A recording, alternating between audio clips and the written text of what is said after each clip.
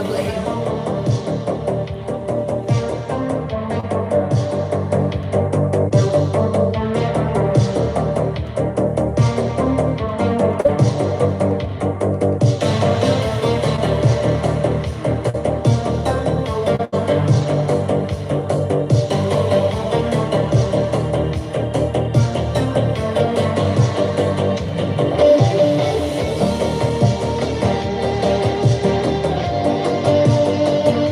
Hey, Timmy.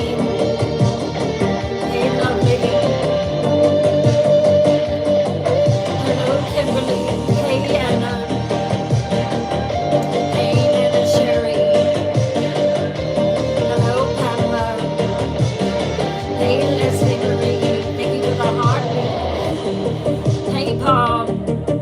Hey, Bossman. Hello, Bad Kitty Pop Tart. Hey, Patricia. Hey, Melanie. Hello, Beverly. No, not yet, James. Not yet. Hello, Bubble Pop.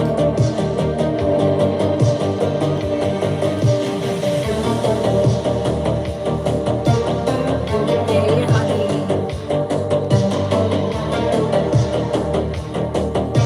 Been waiting on me, lovely? Oh, I'm so honored.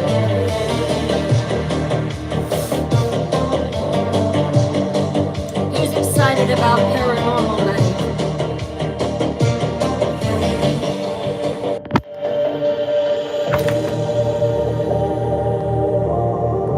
Tonight it wants to be difficult.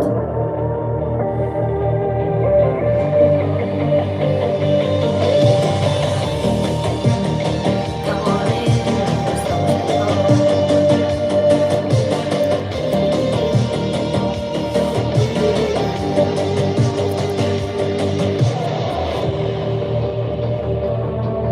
Awesome. Thank you so much, Anna.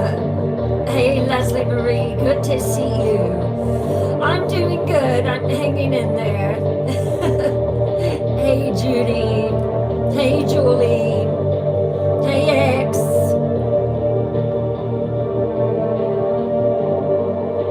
Hey, Jess. Hello, Tara. Come on in. Come on in. Come on in.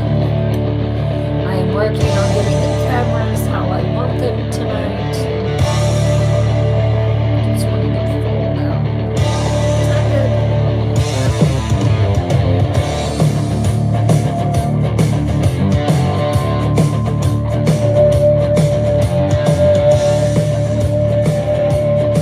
Don't forget to send your daily hug.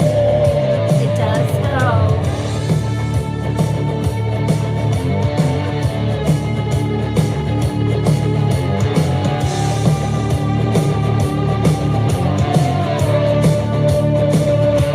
Let's start sharing the live. Let's share it now before it starts. We got a little bit before it does. So let's go ahead and share with friends, family, 5 friends, 10 friends, 15, 20. Let's do it. Thank you for sharing. Thank you, Mommy. Thank you, Nana Sherry.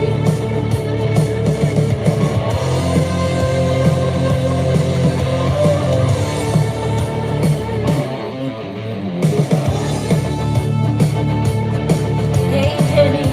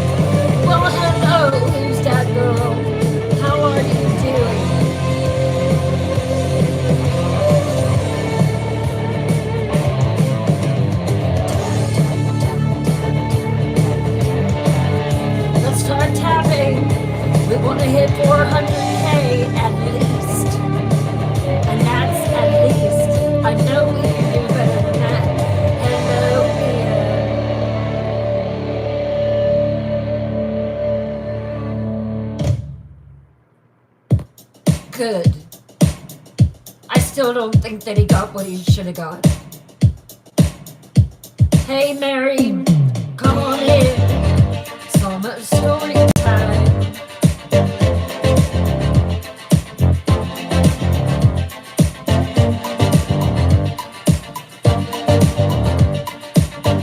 Hello, Martha.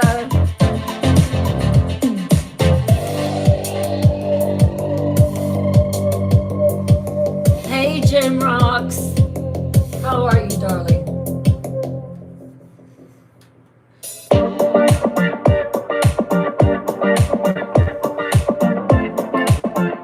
Tonight is Paranormal Wednesday.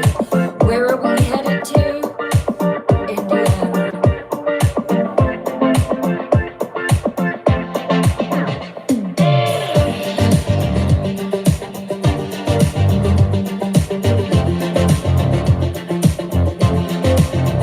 Hey, AJ Cat. Indiana love tunes. Oh, yes.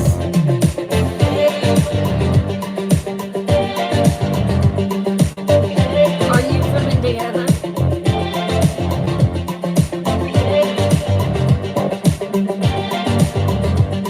Thank you for sharing the live.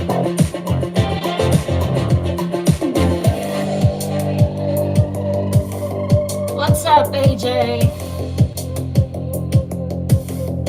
You're in Indiana? Oh, my story is taking place in Gary, Indiana. Thank you for sharing the live.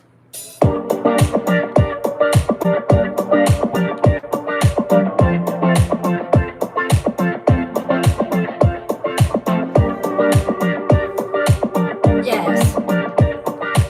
Yes, way.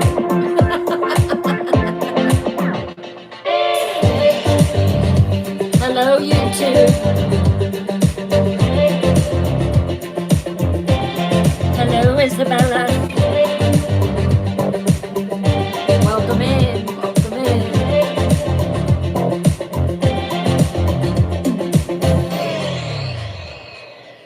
Oh, yeah, definitely. It's a rough area.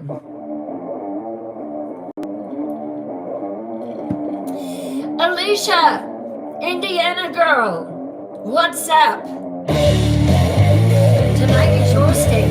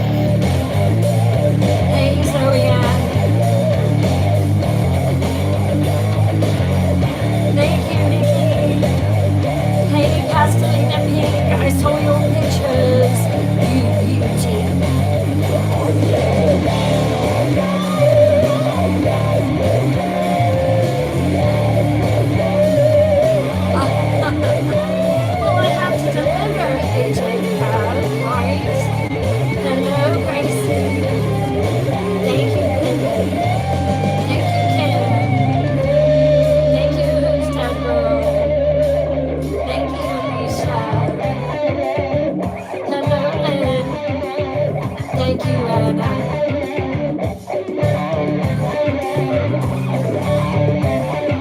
Thank you for sharing the live. Let's let everyone know where we're from in the comments. We're just one big scary story family here.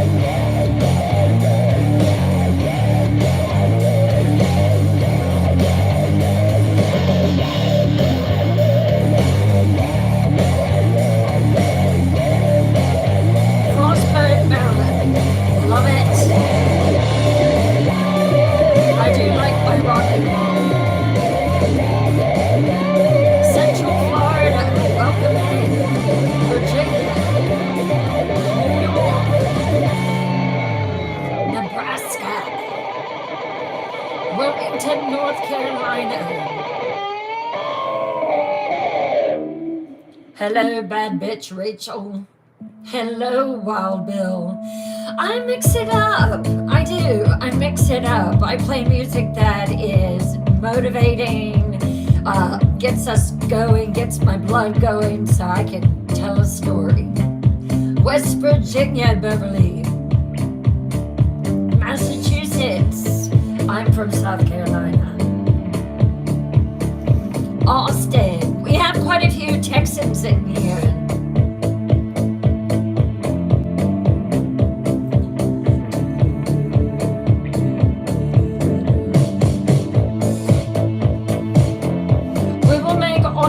Book signing night Sunday nights from this point forward. Okay? Dallas.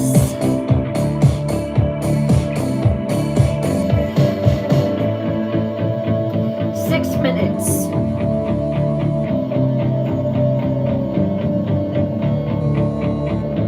Let's go. Let's share that lot. 5 friends, 10 friends, 15, 20. Let's share it. And let's start tapping that screen. The more you tap it, the more the TikTok algorithm picks up on it and starts pushing us out to the FYP. Let's get that going. Thank you for everyone that has already did so.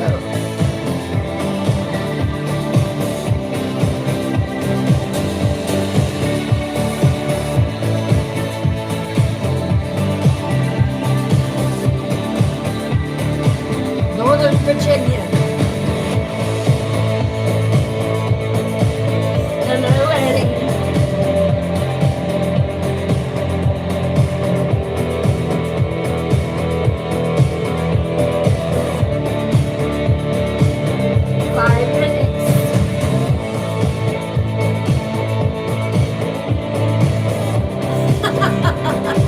I hear you, Anna. Gracie, how are you?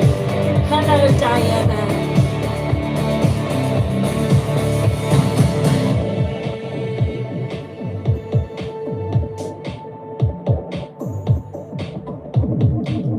I got you, X.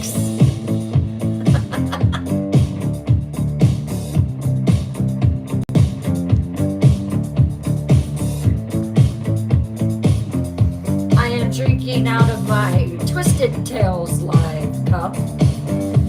Keeps my water nice and cold for the whole live.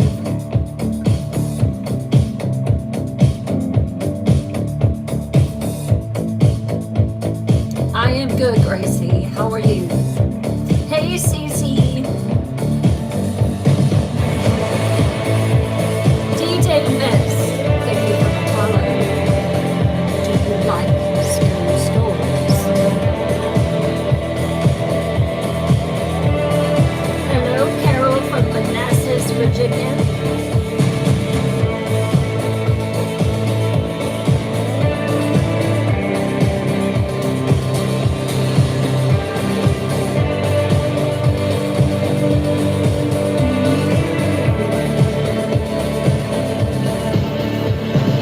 Hello, Roland. Hello, JS.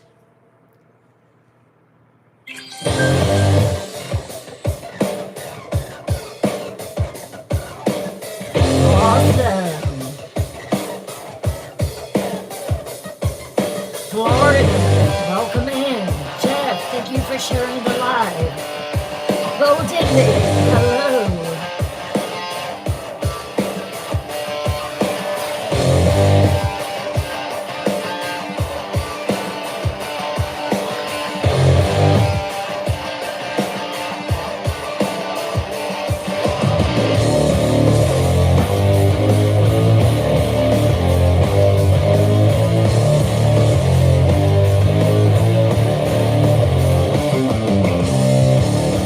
Hey, Butterfly Queen, welcome back.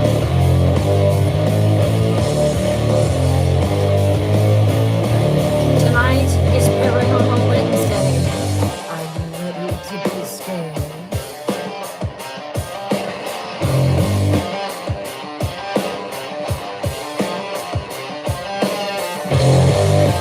You're new here. Welcome in, welcome in. Hey, hope you love little butterfly. I am Bo Diddley. 2 minutes. You're hooked on story times? Oh, good.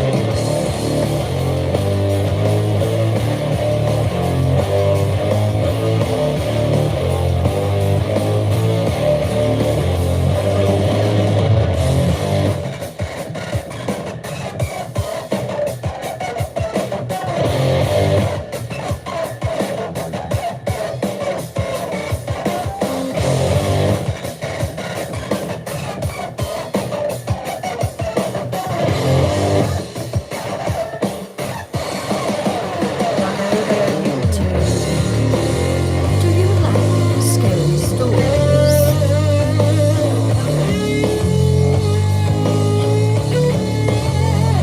It's gonna be terrifying.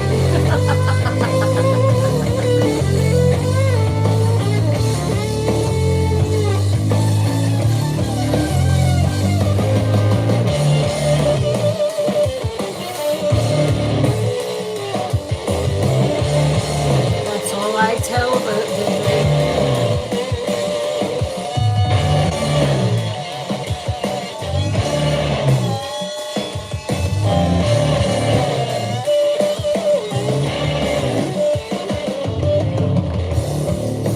Starting to decrease.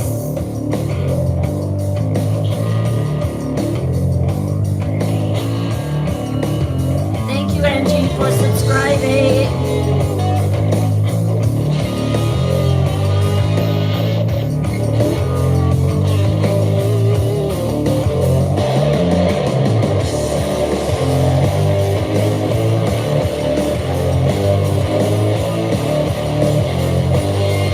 Tunnel Woman. Hey there.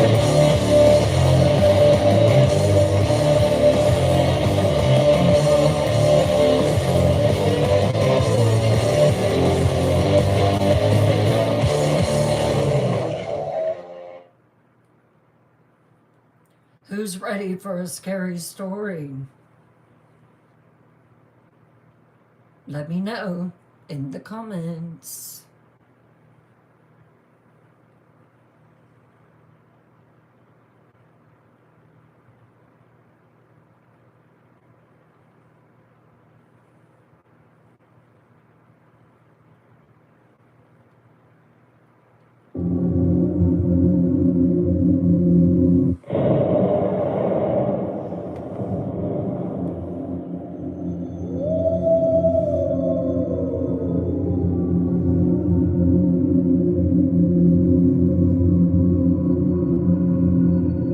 Welcome, night dwellers, to the night realm. I am your night queen, and this is story time. This is a safe, warm, loving, and welcome environment. You are family here. This isn't just a live. This is a family, a community of people who love scary stories. I want you to sit back for the next couple of hours and let all the cares of Tuesday roll away. Tonight, I am telling the story of the demon house in Gary, Indiana. We have a way of how we enter into story time here. You can follow along if you like. This is also a safe space where there is no judgment. The only thing that is not tolerated here is negativity. We don't like energy vampires, do we, night dwellers? Now, with that said, let's begin.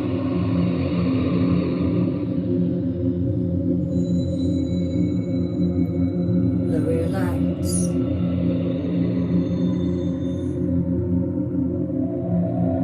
Lock your doors. Light a candle for ambiance. We all know is to chase the shadows away though.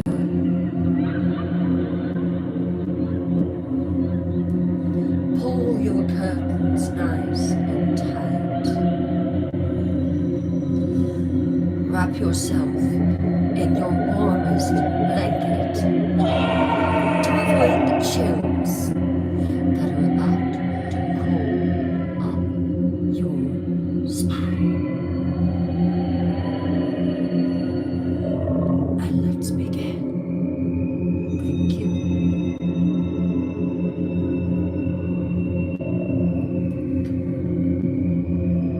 Thank you, Amy. Thank you.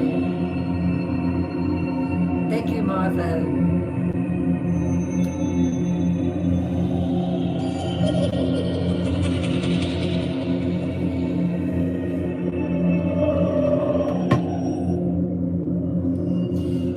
Night dwellers, gather close. Tonight, I, the Night Queen, takes you into the most terrifying, true haunting in Indiana's history. Not a legend whispered in taverns, no. Not a story spun by campfire flames, but a case so documented, so witnessed that even police, doctors, social workers, and priests abandoned reason when they stepped into this place. This is the Emmons family haunting of Gary, Indiana, better known as the Demon House, and you shall soon see why. When I first heard of the Demon House, I pictured a big house, a mansion even. Much to my surprise, it was only a modest 2-bedroom house. An ordinary family moved in, and a darkness that clawed its way into their lives, leaving scars that were never healed. This is no ghost story. This is truth.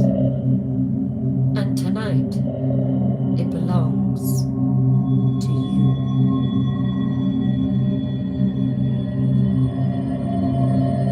Chapter 1. The House on Carolina Street. Gary, Indiana, November 2011. The Emmons family thought that they were escaping hard times. LaToya Emmons was a mother of 3. She had found them a small rental house at 3860 Carolina Street. It wasn't grand, but it was better than the apartment that they lived in. It wasn't special, but it was theirs. You know that feeling. It was a modest white farmhouse with a peeling paint, tired blue shutters, a sagging porch that creaked under every step. The kind of place you'd pass without noticing. You would be completely unaware of what actually lurked inside.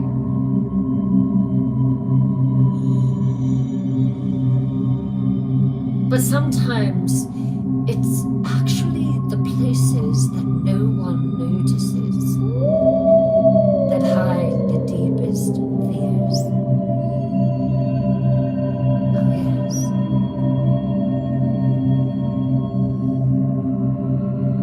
This house was not waiting to be filled with family. It was waiting to consume one.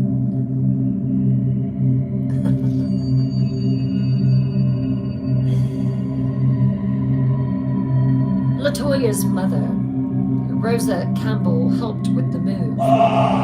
She was practical, sharp-eyed, and deeply spiritual. She always believed that homes carried energy, whether it was good or whether it was bad. When she sent her first box inside, she claimed later that was when she felt the air shift. It was thicker, heavier, like something unseen pressing against her chest. Mom, are you okay? Yeah, I'm fine, LaToya. I'm just getting up there in age. You look pale. What's wrong? Nothing. Nothing's wrong. She didn't want to mention it. Not yet. But the moment that she stepped across the threshold into that house, her spirit was dragged down.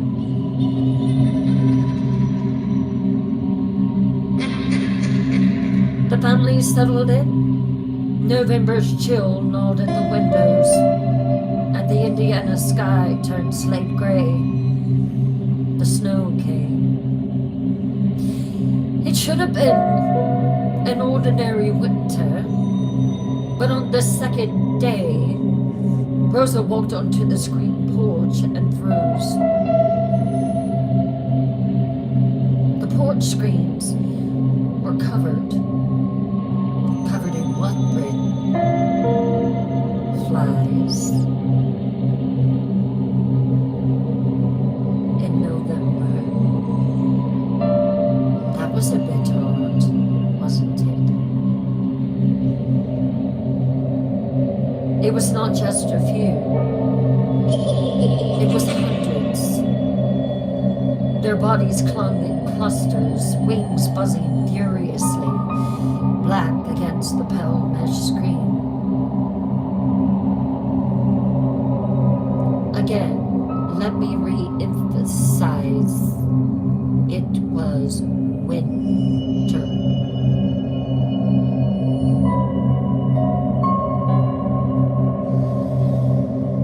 Gary Winters cut deep. I've been there. I know the feeling. With temperatures that kill insects by the hour. And yet, here they were, swarming on the porch. Rosa grabbed anything she could find. She found a magazine. She started hitting them, muttering prayers as she struck them down. Because what was odd, as she listened to the flies buzzing, she heard whispers. Terrifying whispers.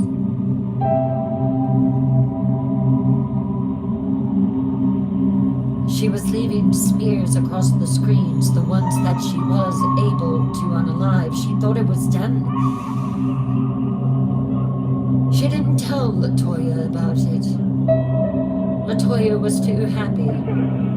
The future was looking bright. She wouldn't let it be destroyed with some flies.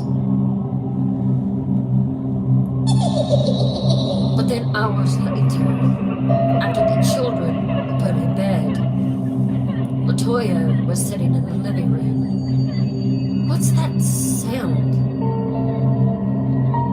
Rosa bowed her head. "Mama, do you hear that? Where?" LaToya stood up and followed the sound out to the porch. The flies had returned. Fresh, buzzing, crawling, whispering.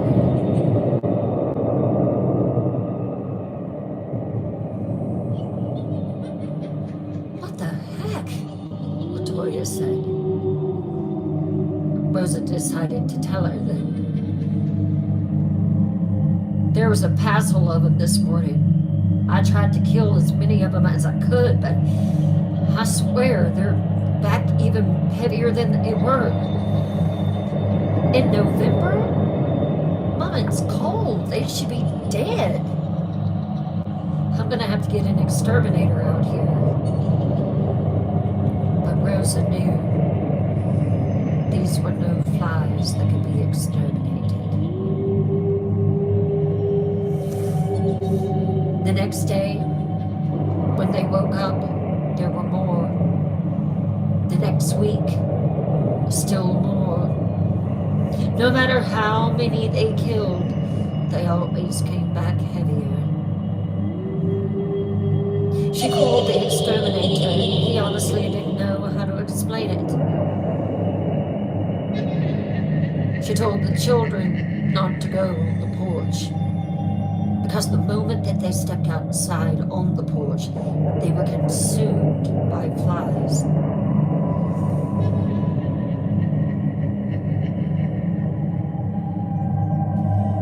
Flies,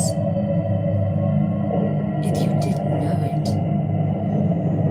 are the oldest of omens. If you see them, it's not a good thing. Where decay festers, they thrive.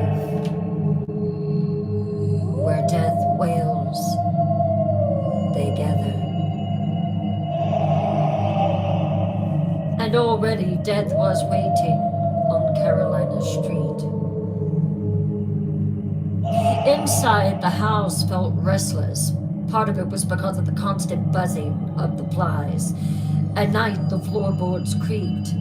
Not the casual groan of wood contracting in the cold, but deliberate.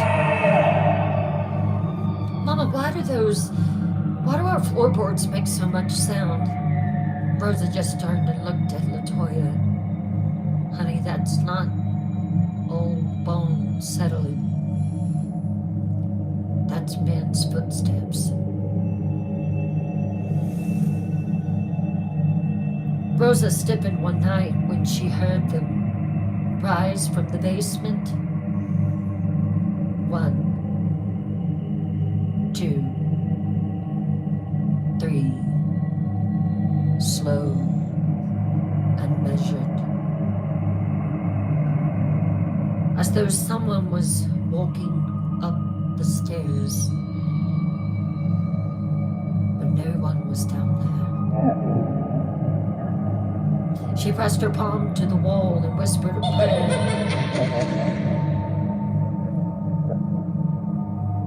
"By the blood of Jesus, this house is clean. By the blood of Jesus, this house is clean. I command any foul, unclean thing to depart this house now in Jesus' name." "Mama, what are you doing? It's just flies." "Honey, there's something else in this house that I don't like."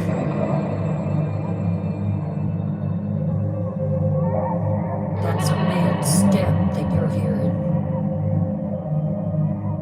You better pray against it. Come on, kneel down with me and pray." work all day. I'm tired. I'm just not gonna do it. The children began to grow restless too, because the porch was the one area where they could play in the winter, and now they were prohibited from doing that because of the flies. They began to act very strange.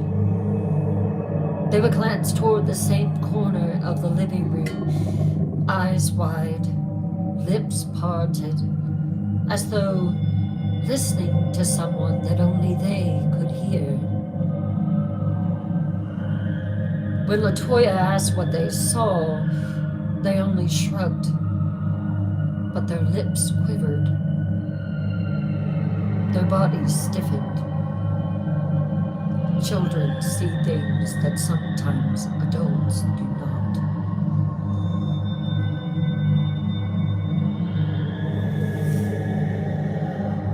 One evening, Rosa, their grandmother, lit a candle in the kitchen and said a prayer aloud. As the flame flickered, she swore she heard hard breathing behind her, slow and heavy. When she turned, no one was there. The candle blew out, casting the kitchen in darkness. I'm not afraid of you. I'm not afraid of you. You can go on somewhere else, but you're not scaring me. She said that, but her whole body shivered.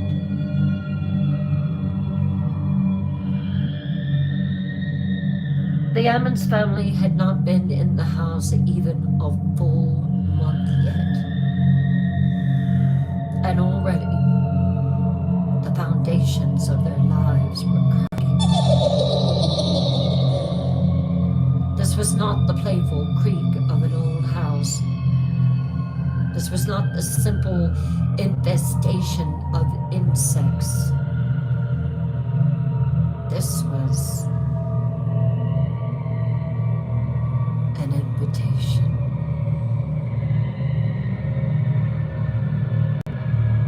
An invitation indeed.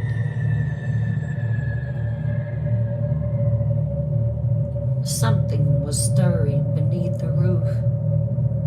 Something ancient. Something powerful. Something hungry. Yes, hungry would be a good word for it.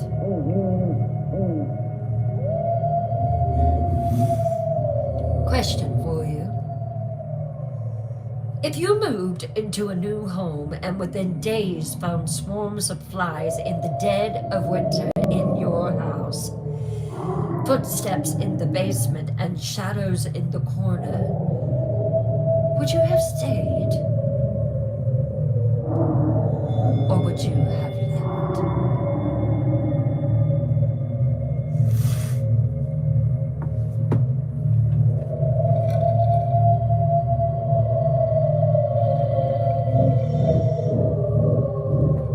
Moving on.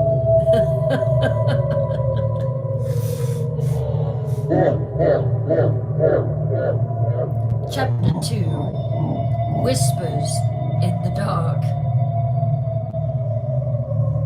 The basement of 3860 Carolina Street was a place that no one lingered. Damp concrete floors, a bare bulb that flickered when it warmed. The air was always colder there.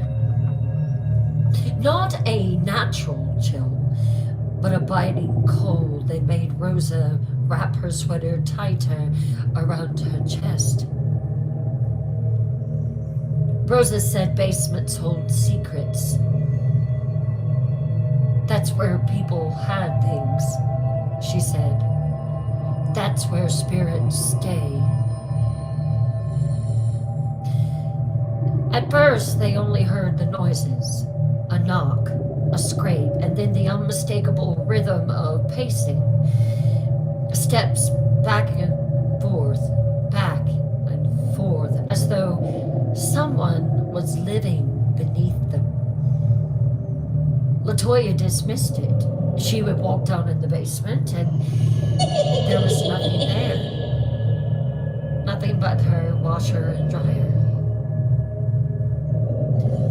Old houses make noise, Mom, is what she told Rosa. Wood contracts, pipes shift. But Rosa shook her head at the kitchen table. No, baby. No, that's not the house.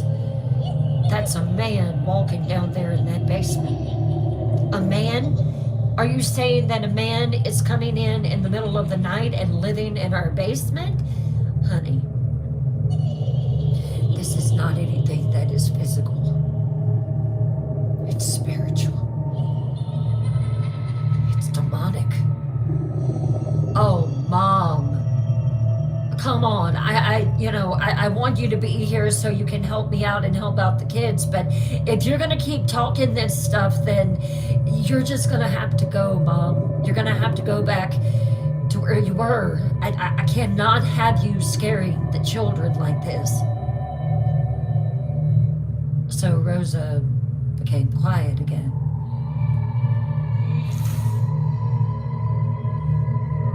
And then one night, Rosa woke to tapping at her bedroom wall. 3 taps. Tap. Tap. Tap. She pressed her ear against the plaster. Heart pounding. And what she heard made her blood run cold. Because Rosa was whispering a prayer when she was listening. Our Father who art in heaven. And on the other side of the wall she heard, Our Father who art in heaven. Hallowed be thy name. Hallowed be thy name.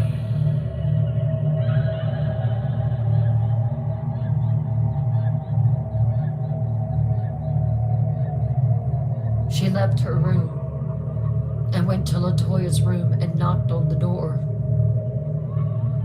LaToya, baby, you need to wake up. Toya was groggy from sleep. What is it, Mama? What is it? I was just praying and I heard something on the other side of the wall copying me, mimicking me. Mama, I am so sick of this. So tired of this. You've got to go. You cannot stay here anymore. I feel like you're in danger. I feel like the children are in danger. Please listen to me. Mama, I can't take my kids back to that apartment. I just can't. Now stop it. If you say one more word, you're gone.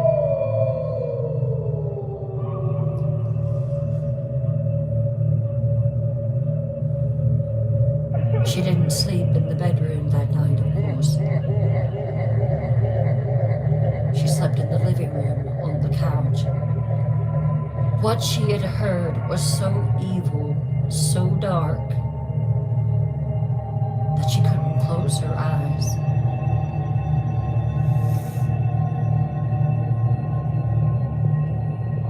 She pulled the covers up to her chin, clutching her chest, whispering prayers until her lips ached.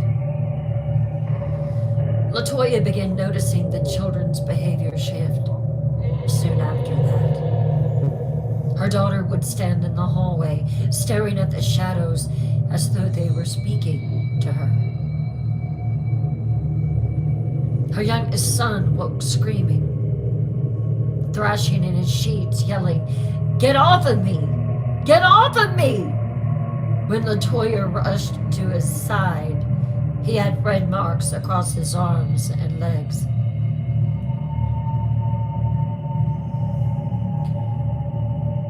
And then it just escalated. Another night, she found him crouched in the hole at 3 a.m. in the morning, tugging his fingernails against the wall till they bled, scratching lines into the paint. When she grabbed his hand, he blinked at her in confusion. "I didn't do that, Mama. He did." The house was beginning to tighten its grip. And then another thing happened. It was Rosa who saw it. She had clamped her mouth shut and would not say another word, just as her daughter had requested. She got up to go to the bathroom. The door to her granddaughter's room was open. She walked past it and stopped dead. She backed up. Horror filled her. Her granddaughter's body floated up off the bed, levitating. Rigid, arms stiff, eyes rolled back, showing nothing but white. Rosa screamed for Latoya. They rushed to the bedside, reaching for her limbs. At first it was hard to pull her down, but the girl was solid. She was unyielding, as though held by invisible hands in the air.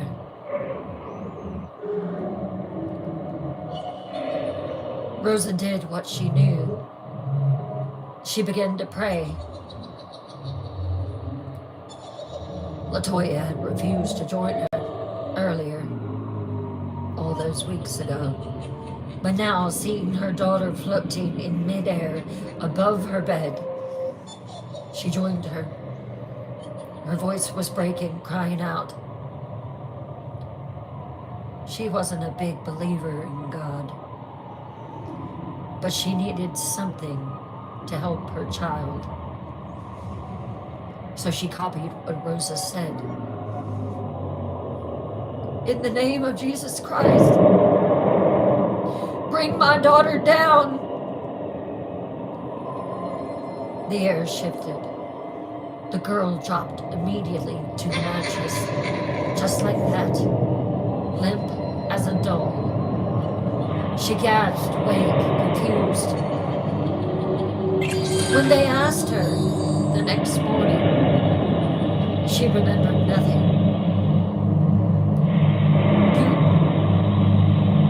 You don't remember floating in the air, baby girl? Latoya asked. "No, Mama, I don't remember anything." The house had stopped whispering. It was showing its teeth now. After that night, the Ammons family stopped sleeping soundly.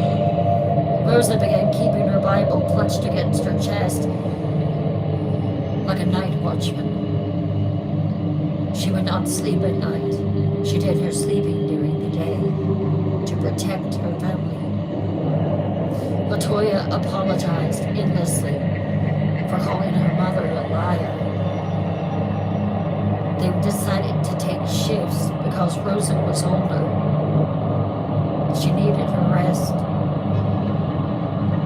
Latoya would sit up at night and stare at the walls,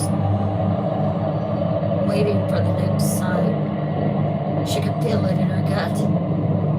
The children grew pale and quiet. They were fearful, jumping at every sound. When night would come, her daughter would cling to her skirt.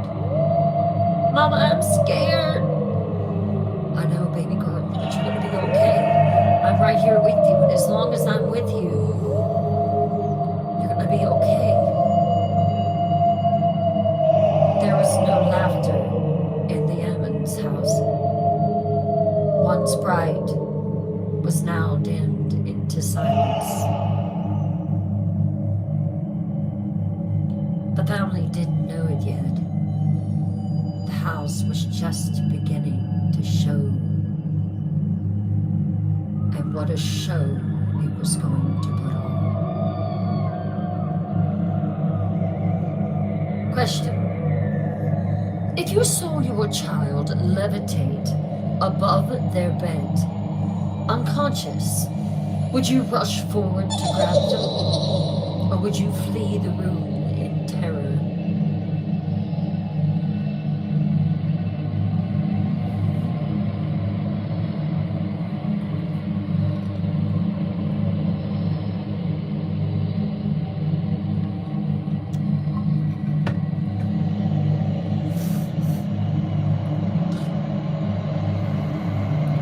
Chapter 3.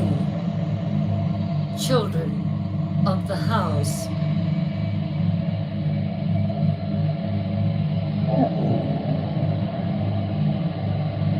It began slowly. Subtle things. The kind of behaviors that a parent might excuse. But the Emmons children weren't simply restless. They were being reshaped. The youngest boy, who we will let remain nameless, was barely 7. He was the first to change.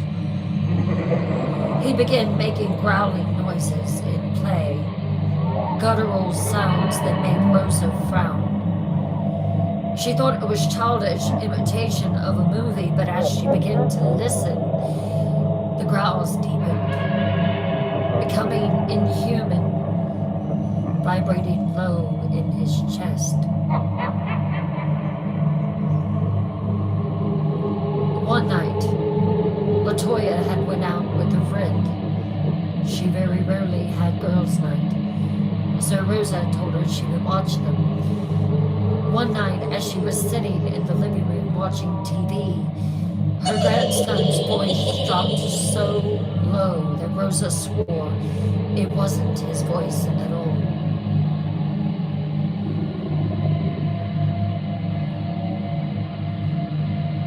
His eyes would roll back in his head until only the whites showed.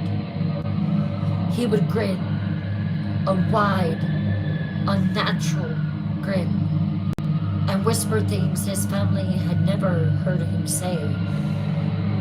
Curses, threats, promises of pain and death.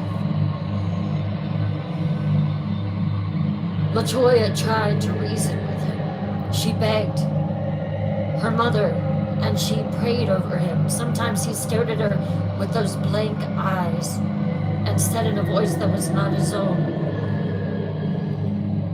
"You can't stop us."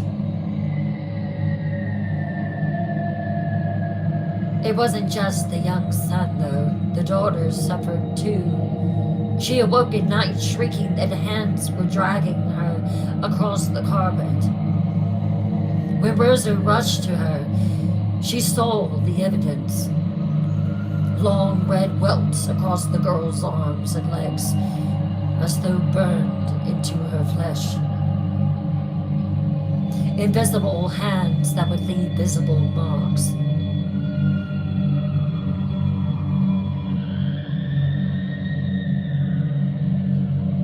One of the most terrifying evenings that Rosa speaks about is the night that they were sitting all in the living room.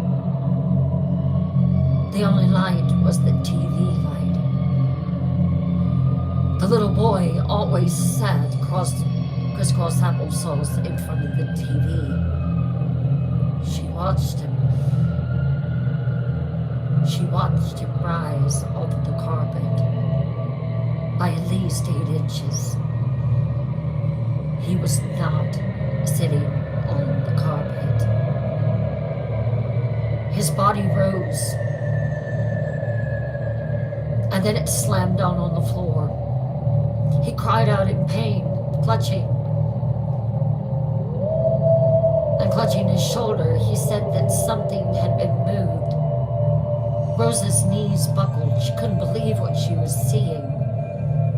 LaToya screamed. She picked her little boy up, but there was nothing to bite. The house was using the children.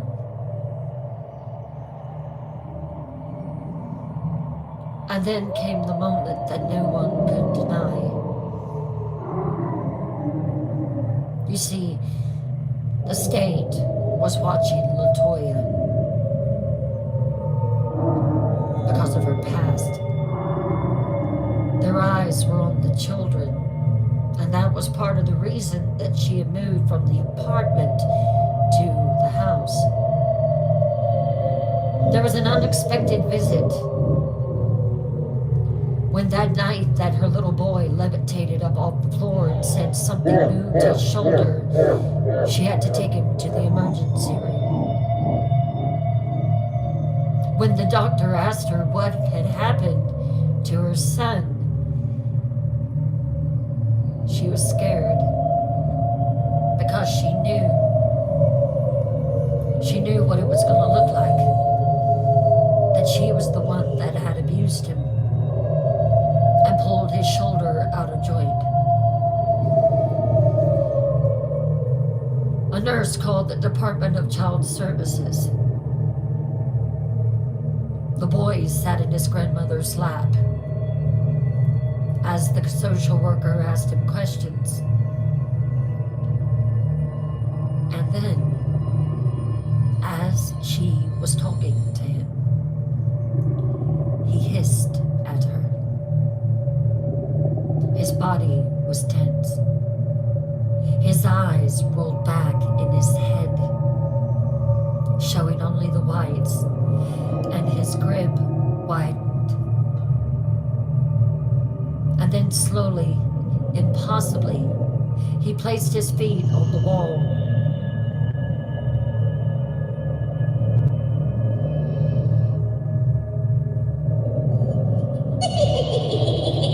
He began to walk up the wall, backward.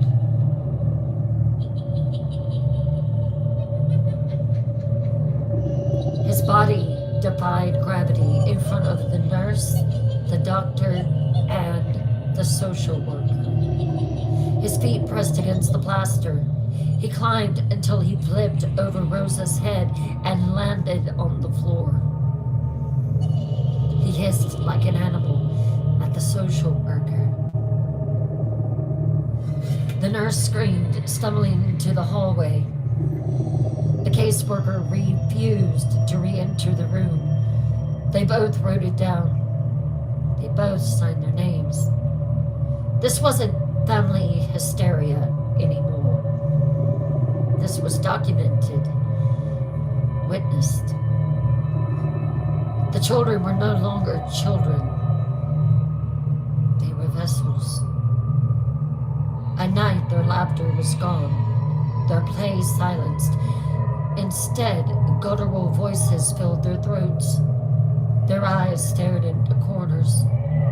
Their words were not their own. The house had taken its claim, and it was not going to let go. Question: what would you do if you saw a child walk backward up a wall in front of you? Would you still try to explain it away, or would you believe that you are staring into the face of something unholy?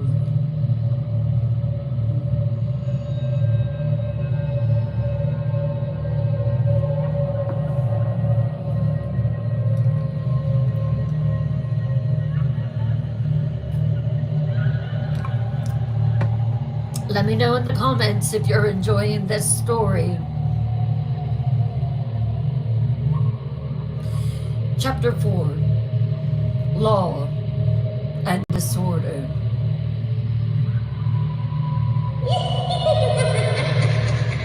When the Ammons family reached out for help, the first people to take their call were the police.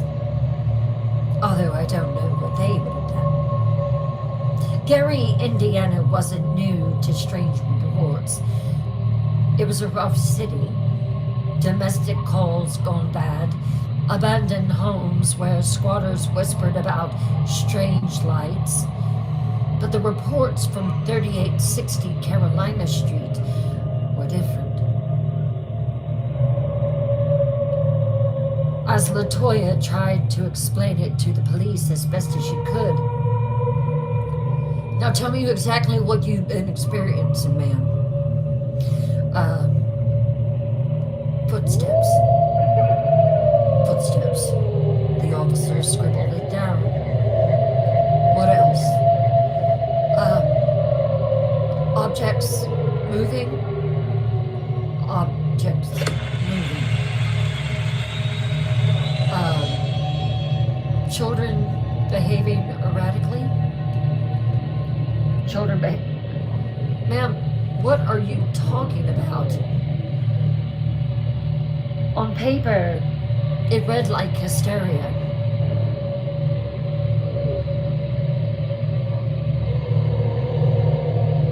It sounded like she was crazy.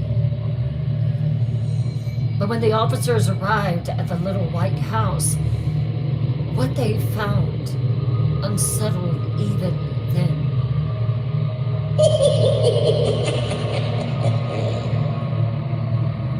When they walked in the house, they heard screaming. And the screaming sounded like it was coming from the basement. This was something new that had joined everything else that they were experiencing. Sounds like someone screaming bloody murder down there, one of the police officers said. But when they went down to the basement, there was no one there.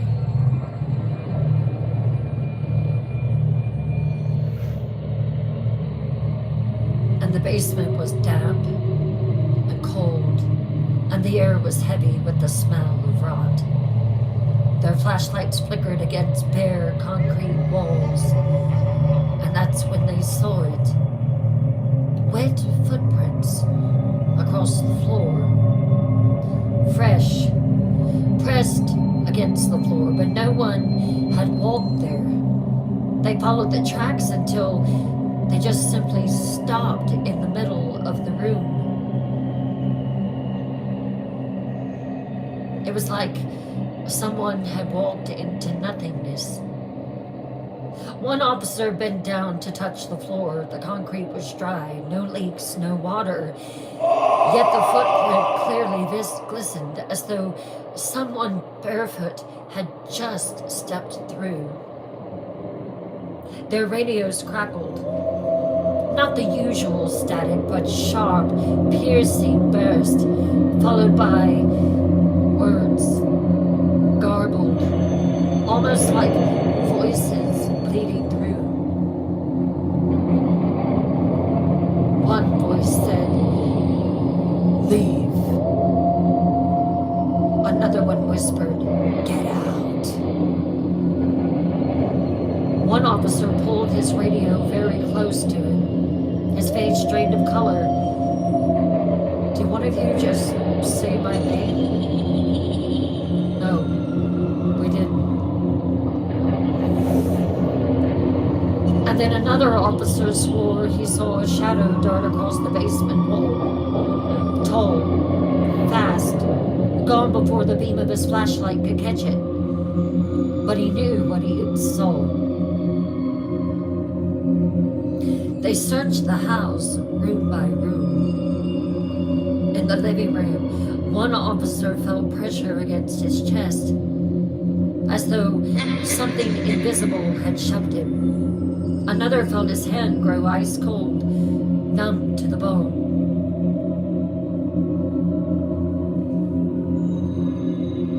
These were not women of faith or children of hysteria. These were men that were trained to doubt. So what they were witnessing made no sense.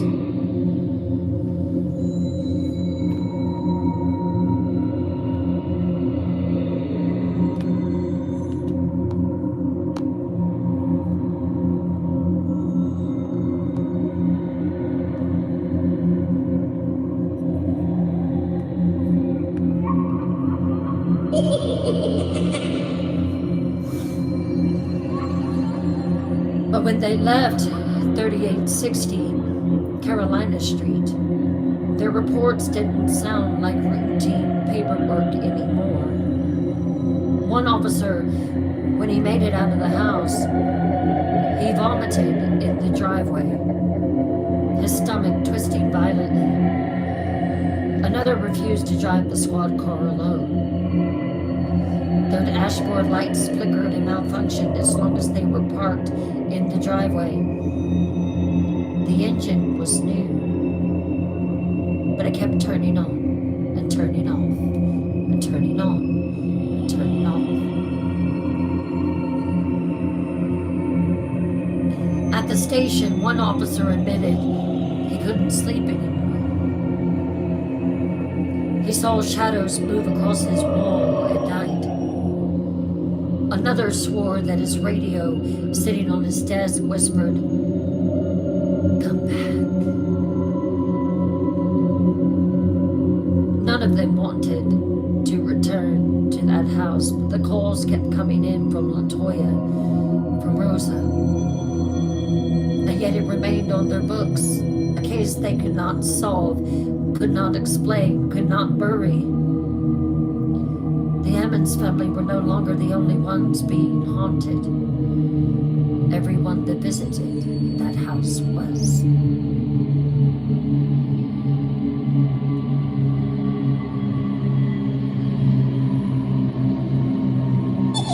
Chapter 5.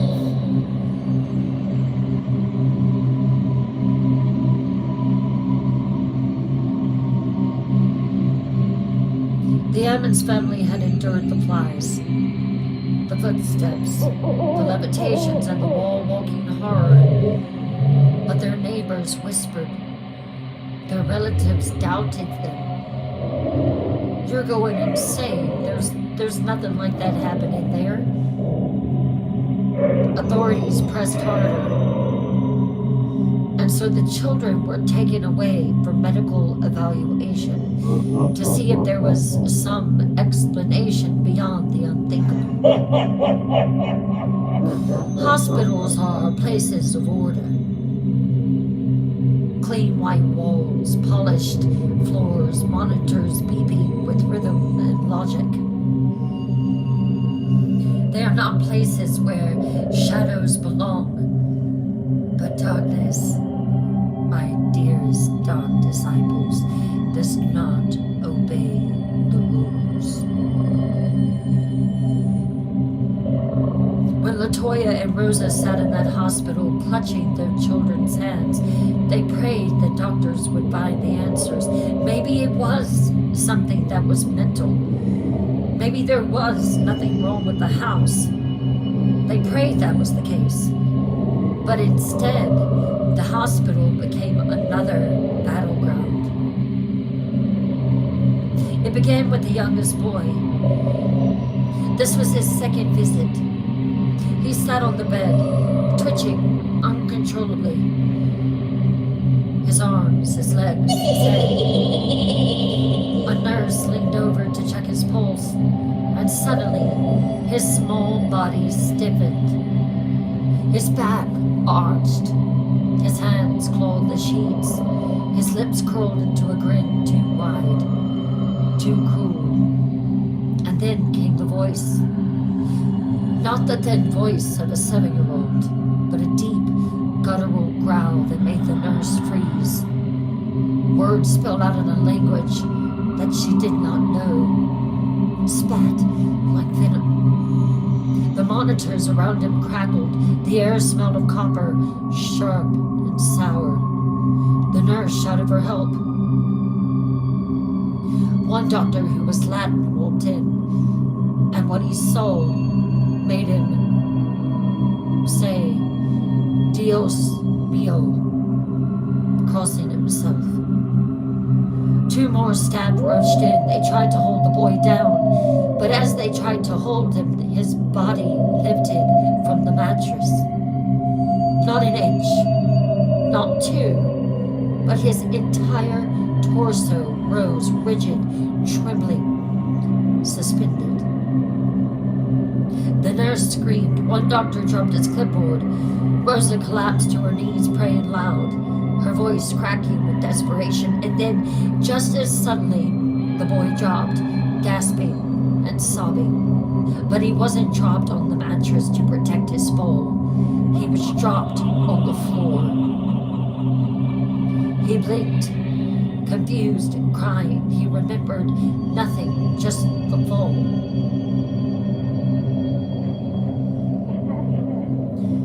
The daughter was next. She cried out that something was choking her. Her hands clawed at the throat, her eyes bulged with panic. Latoya screamed, trying to pull her daughter's hands away, but the girl's neck reddened as though invisible fingers were pressing deep, indeed trying to unalive her. Nurses swore that they saw the imprint of fingers that were not there. The girl collapsed, coughing, eyes wide with terror. The doctors exchanged looks. There was no diagnosis for this, no medical term for what they had witnessed, except for one: possession. Were the Ammon children possessed?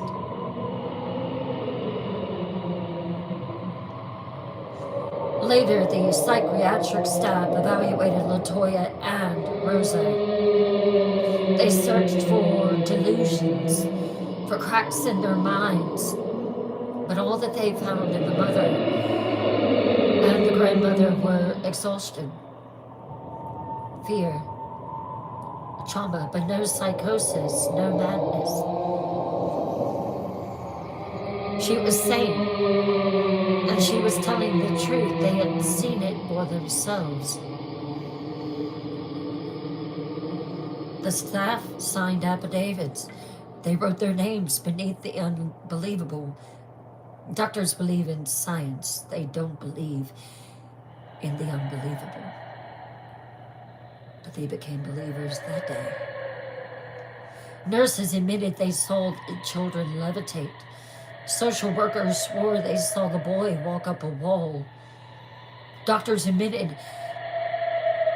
they couldn't explain it. This was no longer a family's nightmare.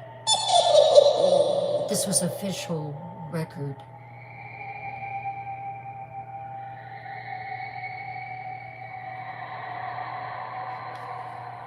Let's take an intermission.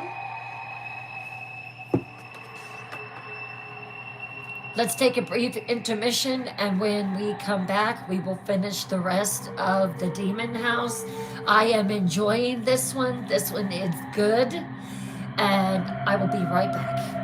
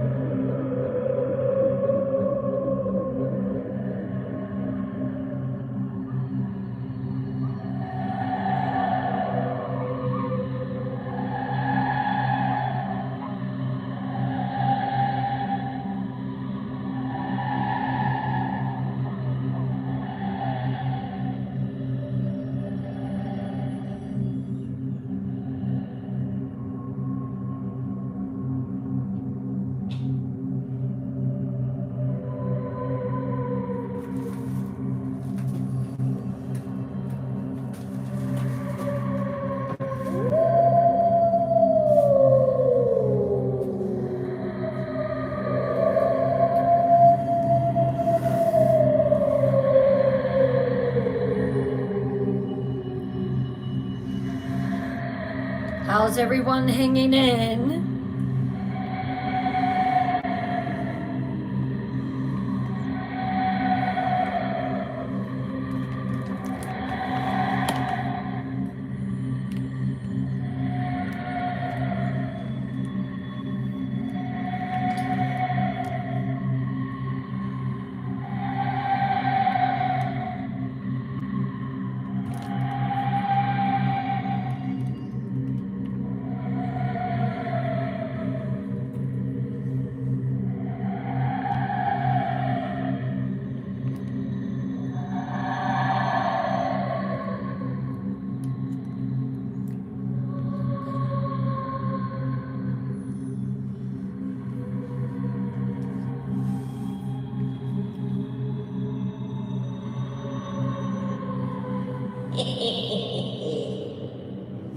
I'm going to show y'all some pictures of the demon house in Gary. I just always pictured no, the house is no longer there. It was actually torn down.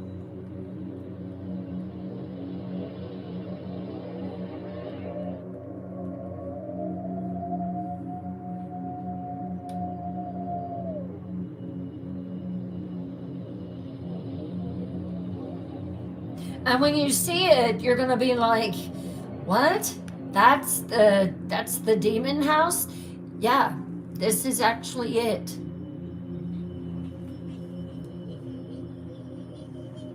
This is it. This is the demon house. Nothing extraordinary. 2-bedroom, very small. But so evil.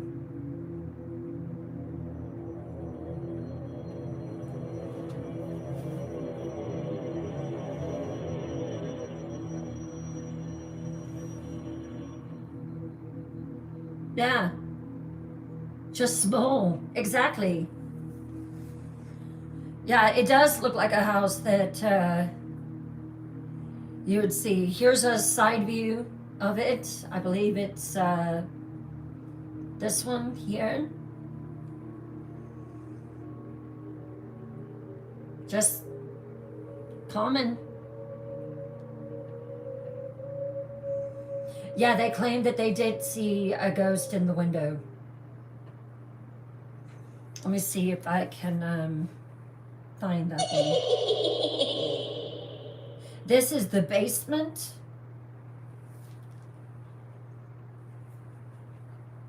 I'm shocked that a basement is in that little house.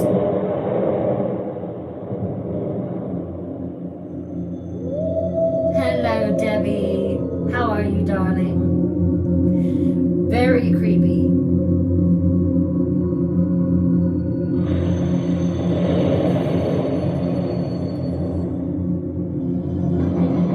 Here is one. They state if you look close enough, you will see something in the window.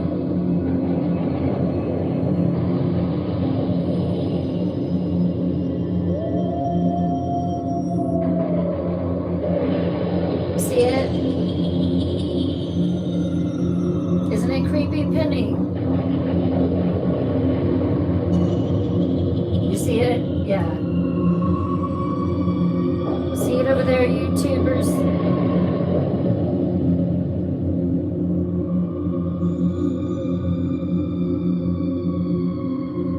Ew, that's creepy, Sandra.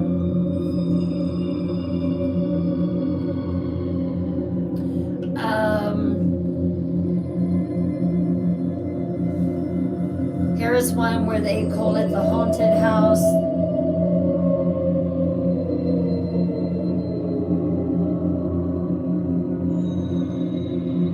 Yep, he bought it, he tore it down, and he sent it to, he sent parts of it to his museum in Las Vegas.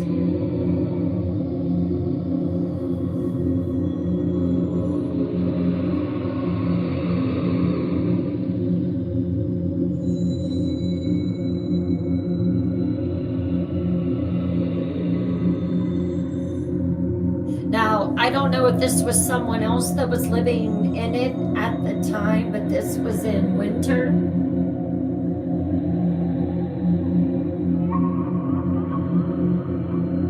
Hey, Mustang Sally.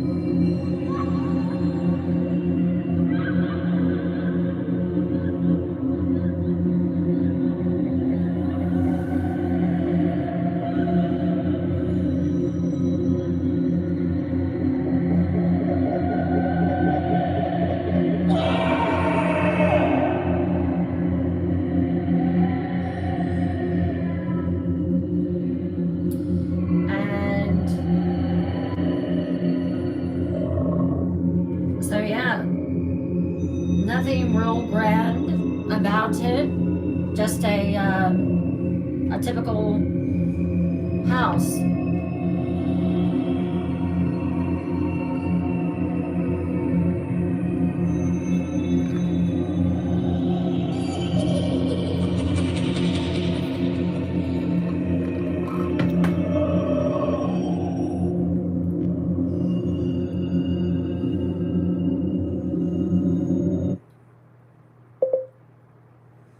Just bear with me here. I've got to make a change.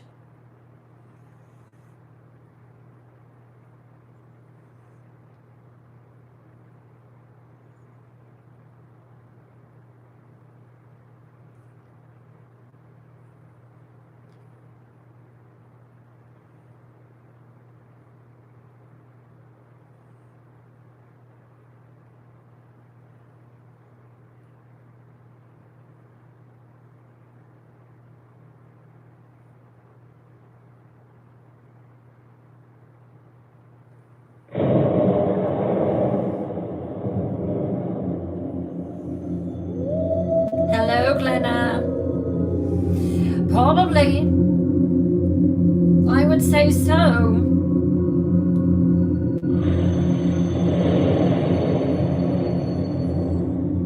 I know. You really would, Diana. You really would not expect it at all. Let's get to 300K before I finish the start the next part.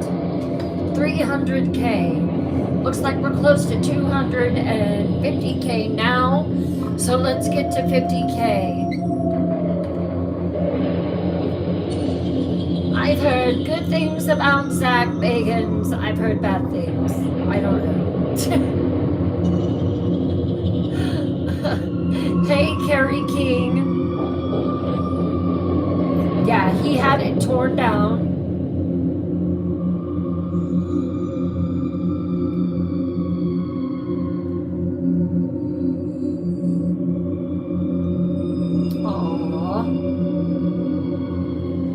Love corgis, love them, love them.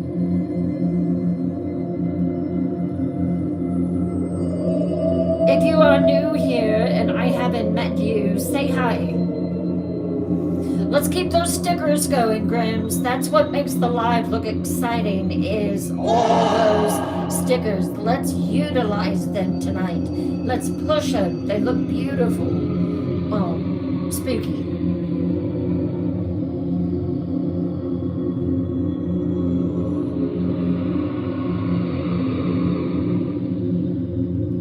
Oh, really? Your daughter raises and sells corgis? Oh my goodness. Yes, please, let's use those stickers, Grims. Let's use them. Let's blow this live up.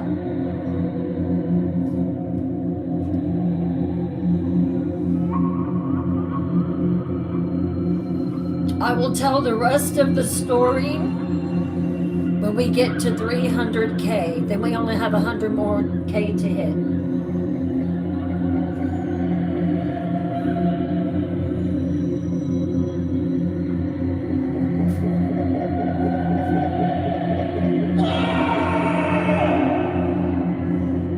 Oh, you get to deliver them. If you haven't did your daily Heartbeat, now would be a great time to do it. I also want to push YouTube tonight. We are trying to get monetized on there. It is definitely taking some work. It is not an easy thing. To get monetization on YouTube, you have to have 1,000 subscribers and you have to have 4,000 viewing hours. We're not even close to where we need to be. How are you going to help? Well, it's free. So just like you are watching the live, and if you love it, please go to my bio, click on my link, and you don't even have to leave TikTok. You just click on it and you're an instant subscriber. Great thing about that is you get to see the lives. They all record every night, and so you will be able to go back and watch them. I've seen a lot of people say, oh shoot, I missed the first hour. Well, you can go back on your YouTube if you are a subscriber, and you can watch it there. There we go. Now I'm seeing some color.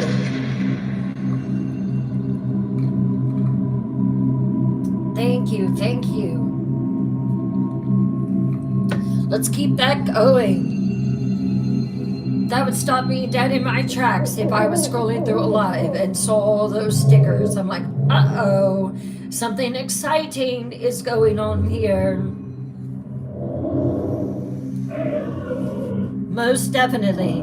Don't forget, tomorrow night is already Crimson Queen night, Vampire night. Need I say more?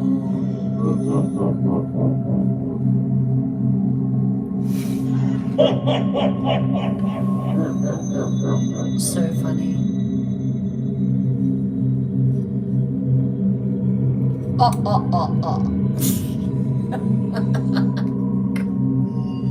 My screamers. I call them my screamers on there.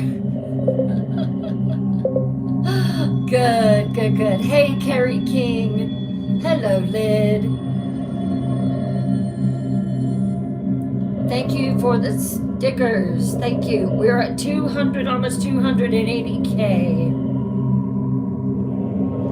Show those favorite stickers. That's right. Let's show them.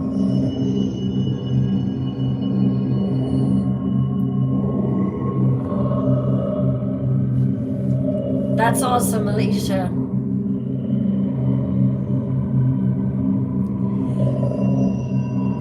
Oh.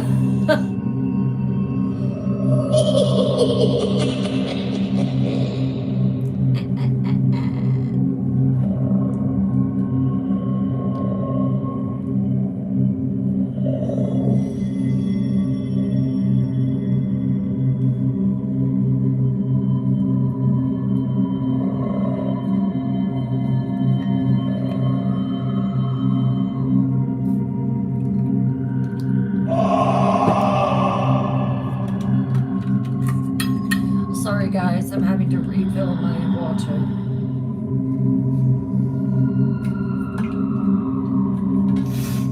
I think it's just Twisted Tales Live, Pam, I believe. But my night watchers may say something different.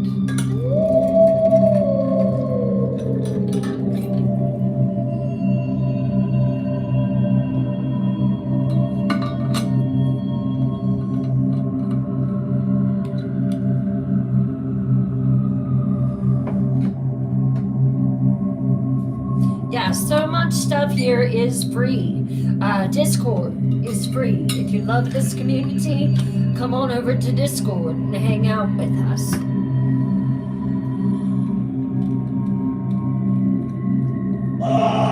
I've been trying to go to sleep before, and it's been 2 a.m. in the morning, and I hear a chat, and it does my heart good, because it's just like, aww.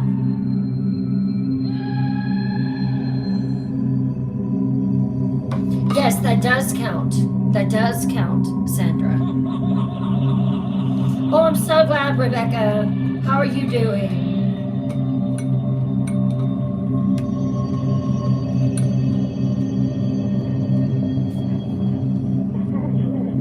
We're close to 300K. Let's push. Hello, Jackie. I hear you, Rebecca. Come in here and just try to breathe.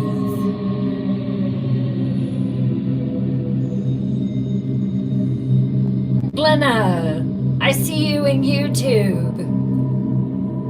Welcome to YouTube. Thank you for subscribing.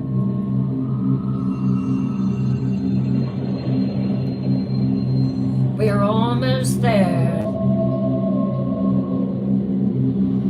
Almost there. Okay, Leslie Marie.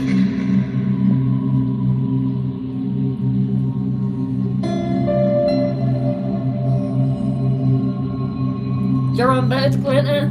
Awesome. We're so close. Story time is about to reconvene.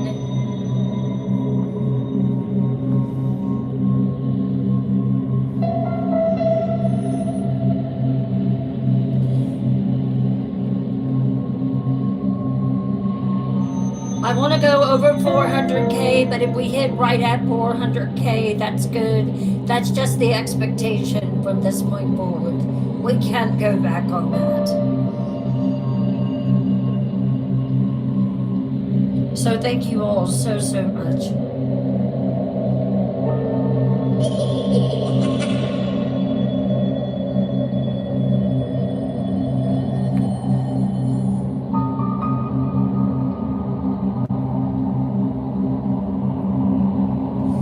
We did it! We're over 300K. Very nice.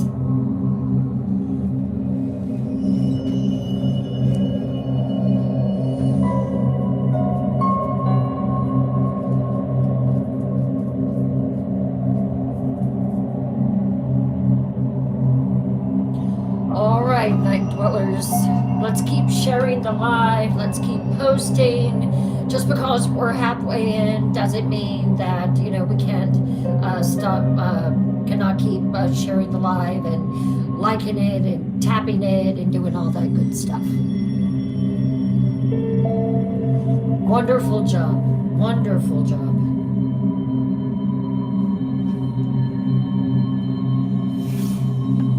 Let's get back into story time, shall we?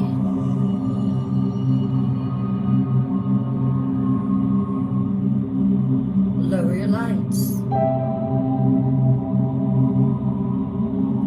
Lock your doors. Is that candle still lit? Pull your curtains nice and tight. Wrap yourself in your warmest blanket to avoid the chills that are about to cool up your spine. And let's begin. Hello, Judy. Welcome in, welcome in.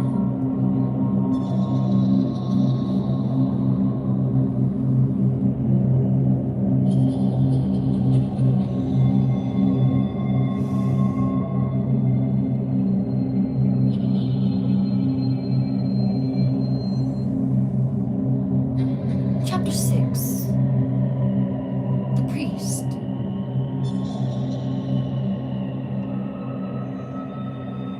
When science has no answers, what do? You call on faith. The Emmons family reached out to Father Michael Maginot, a parish priest in nearby Maryville. Priest received calls about hauntings more often than you realize. It's quite common from the research I've been doing. A lot more common than you think.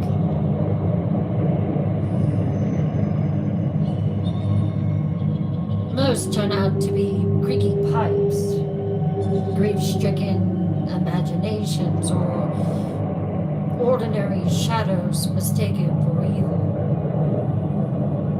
But not all of them. But when Father Maginot sat across from Latoya Emmons and Rosa Campbell, he saw something different. Latoya's eyes were rimmed with exhaustion. Can you imagine? But her words were steady. She spoke of flies and winter footsteps in the basement, shadows on the walls, her daughter levitating, her son walking up a wall. She spoke of voices, curses, and bruises appearing out of nowhere. She was not dramatic, not at all. She was not unhinged, she was just broken. Rosa confirmed it all. Rosa, who held her Bible close, who never once wavered in her faith. Her hands trembled as she described the vows and the growls to the priest, the invisible hands dragging her children across the carpet. That was happening quite frequently now. So Father Maginot agreed to visit. The moment that he stepped through the door, he said later that the air felt oppressive, as if he was going to choke. A heaviness wrapped around his chest, pressing, suffocating. He sprinkled holy water across the threshold. Latoya gasped and convulsed, her body jerking as though scalded. The spirits hate holy water, he wrote in his notes. Room to room he went, and it was a small house, so it didn't take that long. Reading prayers aloud, opening every closet door, sprinkling water, the lights flickered, the air grew colder. And in the basement, when he went down to baptize her in holy water, a strong smell of sulfur rose. Rotten eggs, thick and gagging, filled the room. Latoya cried out, collapsing, her voice dropping to a growl. Words spilled from her lips in languages that she did not know. Rosa clutched her Bible, whispering verse after verse, rocking back and forth. Her daughter had never been attacked, but now that the priest was there, she was. The priest pressed his crucifix to Latoya's forehead. She shrieked, thrashing, her screams so sharp, neighbors swore later the house itself seemed to howl. This was no hysteria. This was possession. Now it wasn't just the children, it was Latoya herself. Father Maginot wrote to the diocese. His request?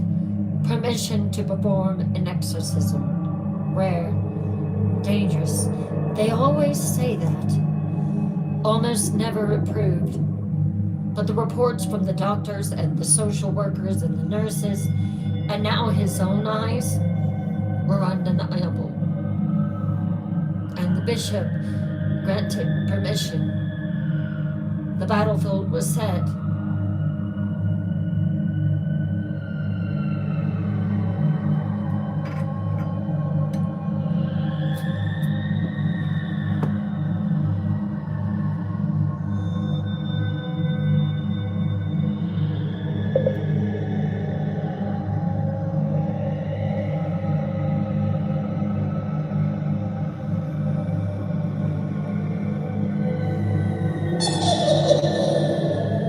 Chapter 7. The police had seen it. The doctors had seen it. But others were called too. Psychics. Yes, I know. Psychics. The first psychic stepped through the door and froze. Her eyes darted from corner to corner. She whispered,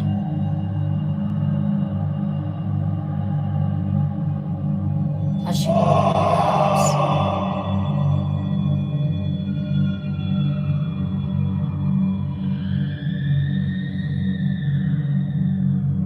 It's not just one.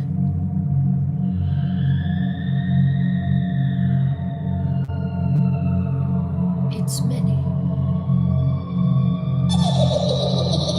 she said to Rosa and the priest. The second psychic stopped at the basement steps. She would not go down. She shook her head violently, trembling. Something lives down there. It's something hateful, something mean.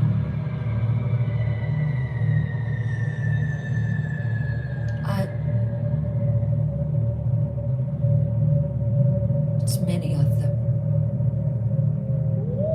Many of them.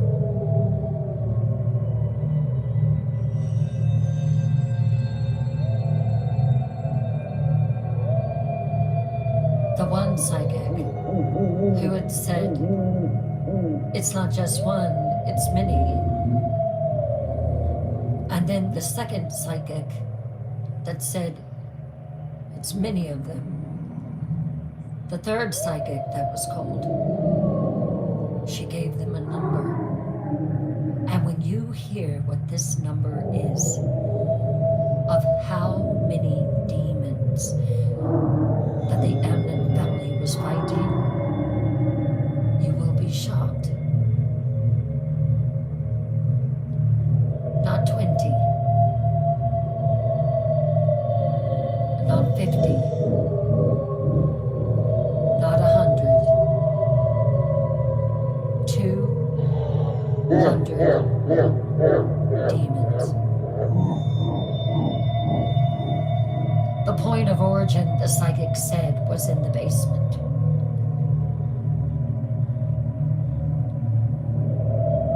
$200 demons in one house. Imagine it. Not one ghost just drifting in the hall, not one restless soul pacing in the dark, but hundreds packed into the walls, whispering over one another in a chorus of hunger. Rosa dared to enter the basement again. Her Bible was clutched in her hands. The air grew frigid. She whispered scripture, and then she heard it, growling, low, deep, not from any dog or man she'd ever known. It vibrated through the concrete, through her bones. She prayed louder.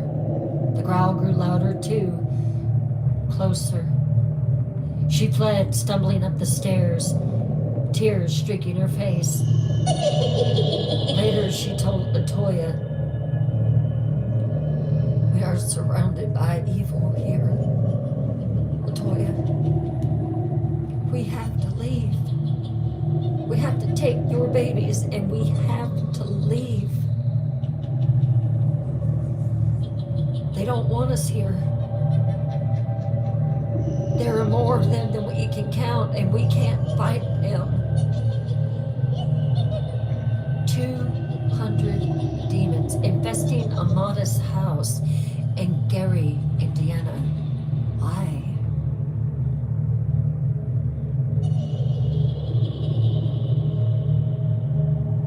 Chapter 8, The Exorcisms.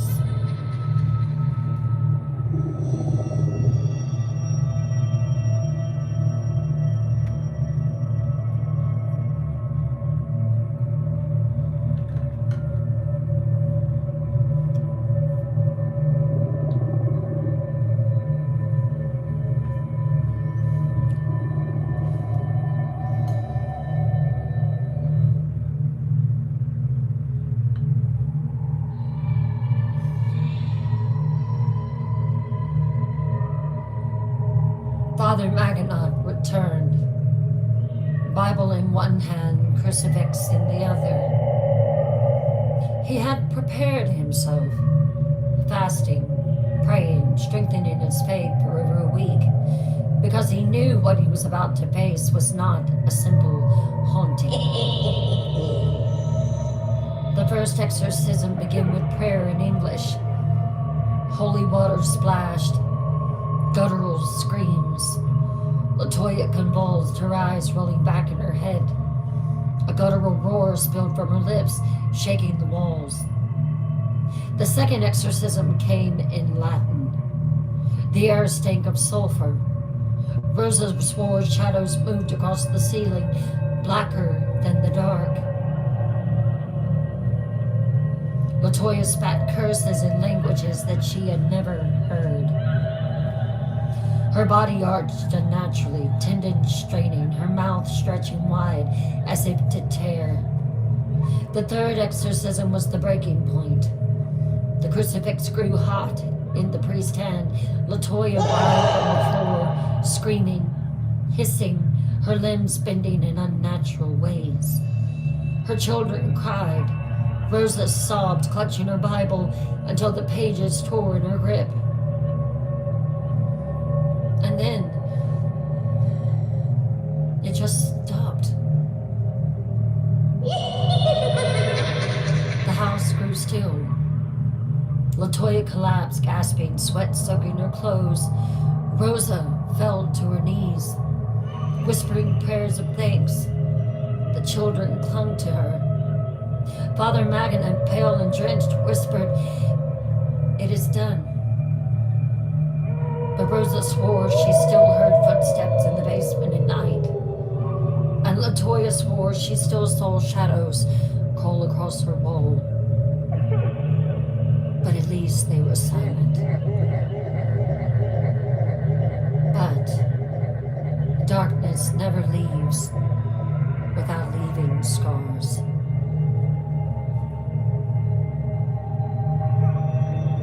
Chapter 9.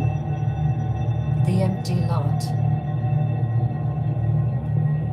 The Emmons family fled, eventually. Everything came back, worse than it was before. They never returned. The house sat empty. Neighbors avoided it. Children crossed the street to stay away. Everyone called it the Demon House, and that was the title that it kept. In 2014, paranormal investigator Zach Bagans bought it, a sight unseen, for $38,000. Drawn, he said, to its darkness. The moment he stepped inside, he said he felt sick, dizzy, disoriented. His crew fared worse. One collapsed unconscious. Another swore something scratched his arm, blood soaking his sleeve. Zach himself said his mind grew violent in that house, filled with rage that was not his own. He filmed a documentary on it, Demon House, locking himself inside it overnight. He swore he felt them circling him in the dark. The house was alive. And then Zach did what no one expected. He demolished it. Bulldozers ripped through walls, splinters flying, the house reduced to nothing but rubble. He said it was too dangerous to leave standing. Now the lot is empty. Grass grows where the basement once yawned. The porch is gone, the window's gone, but the ground remembers it.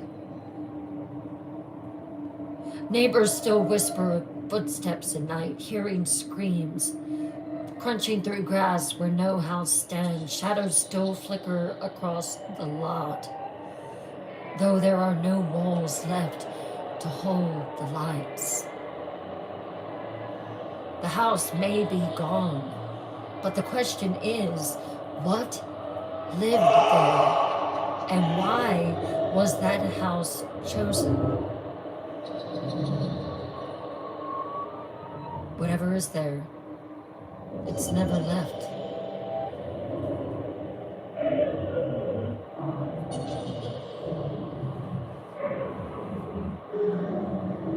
Chapter 10, Legacy of Terror.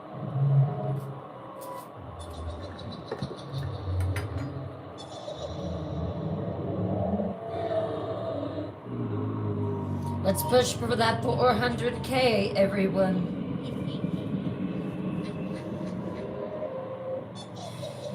The Ammons family survived. They rebuilt their lives elsewhere. But they never speak of it in detail. Not LaToya, not Rosa, not the children.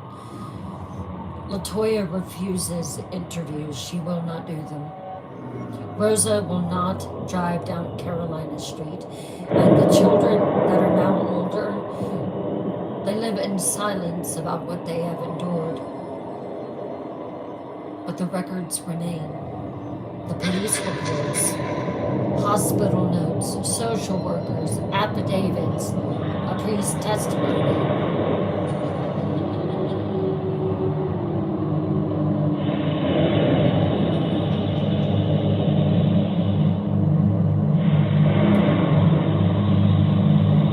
There are too many voices to forget it.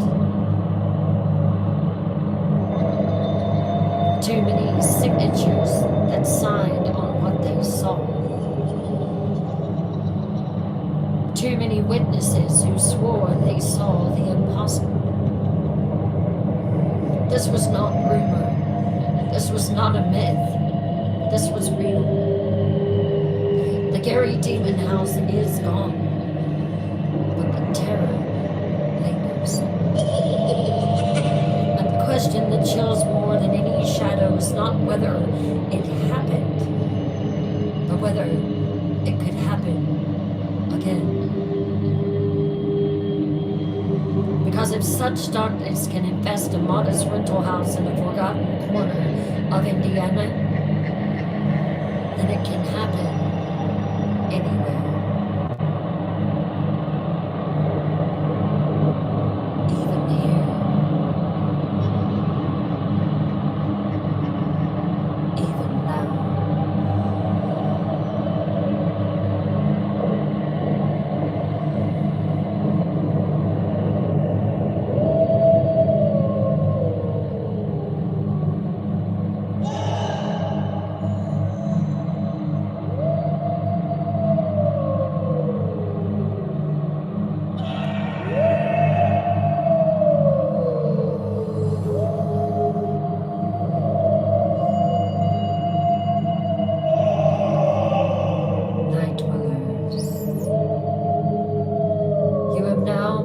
Through one of the darkest, most chilling true hauntings recorded in America.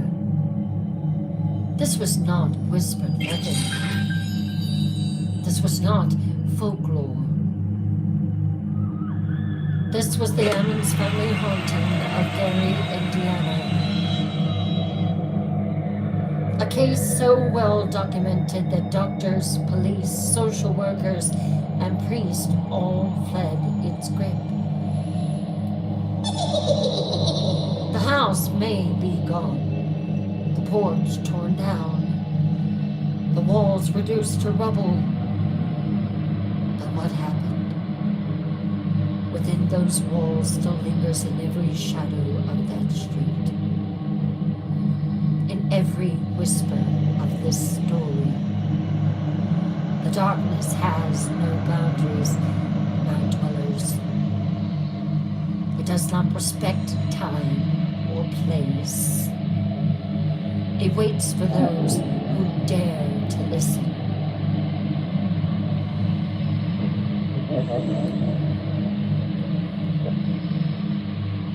The house is gone, yet whispers still.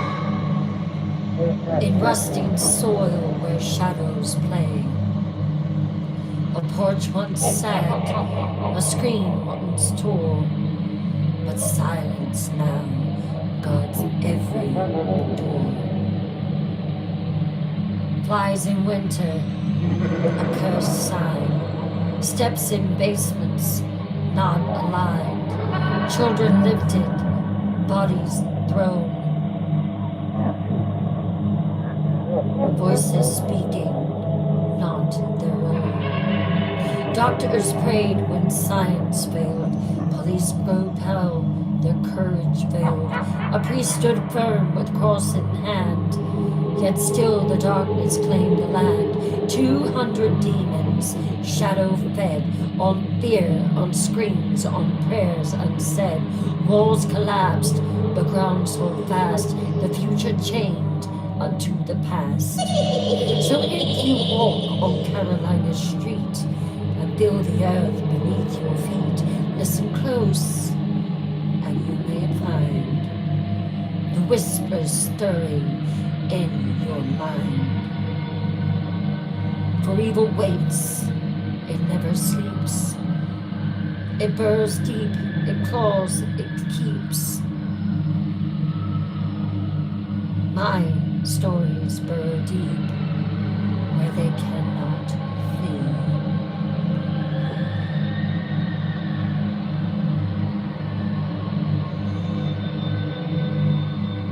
And it's in the darkest corridors of your nightmares that you belong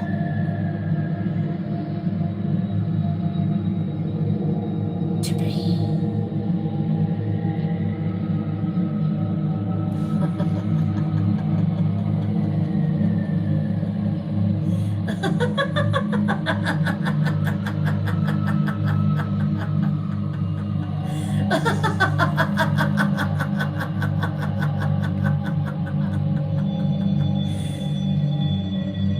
You do?